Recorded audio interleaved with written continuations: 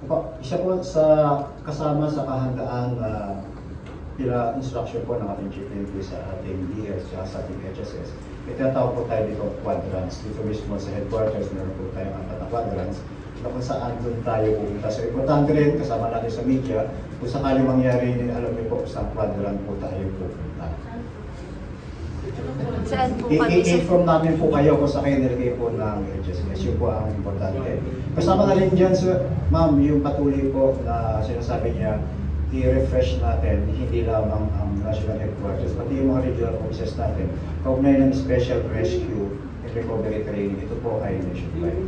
At nagsisimula na rin po, yung pagbibigyan ng instructions ng ating pong mga GOBAC, kanina po umaga, inisa-isa po namin yung mga may laman ng memorandum kung ano pa yung dapat na maging laman ng GOBAC. Halimbawa po, yung mga food provisions, yung mga whistles, yung mga medical kits, etc. Importante po. Yun po ang, this week po, sa PIO alone, is gagawin po natin yung inspections, makakompleto tayo.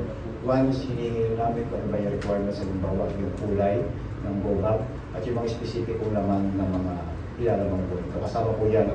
At yung inspection, ma'am, yung sabi ko na binabanggit nyo, yung pag-inspection ng ating DL, ng ating Directorate for Logistics, yung halimbawa yung mga logistics natin, remote equipment, ambulances, etc. Sir, yung sa mga pagmawala ng linya ng komunikasyon, meron kang nakahanda ang PNP, may paano ko mapunta? Kasama po yan, ma'am, sa kaugnayan ng kapag tayo nawala ng komunikasyon.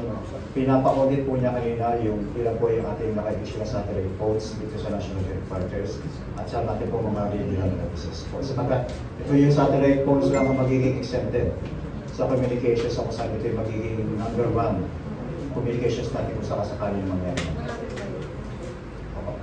Sir, yung pag-detect na alam natin na meron, na nagamit na ng PNP yung pag-detect ng heartbeat, pero sapat ba yun na? Hindi po napag-usapan yung tungkol po sa pag-detect ng heartbeat. Ang sa atin po ngayon ay preparations kung ano ang social retrieval. Kasama po yan doon sa special rescue and recovery training. Kasama po yan. Sir, kasi po hanggang ngayon, no, kahit na massive information dissemination na tayo, marami pa rin, especially on the residential level, yung hindi naiintindihan yung the big one, yung mga consequences yung pwedeng mangyari.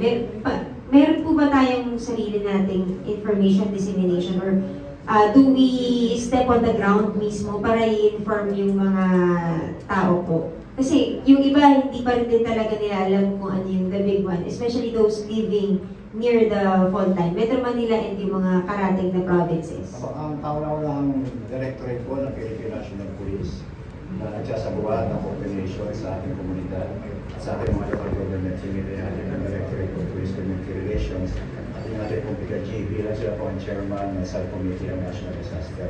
Sinishare po natin unang-una po sa ating PNP, sa Philippine Vice at sa ating mga LGU kung ano po yung sariling version po natin kung paano po natin gagawin yung mga bagay pag nagkaroon po tayo ng halimbawa ng mga sakuna, particularly po yun. So napaka-importante, binibigyan natin na stress or emphasis po yung coordination sa local government unit at sa ating pong mga community.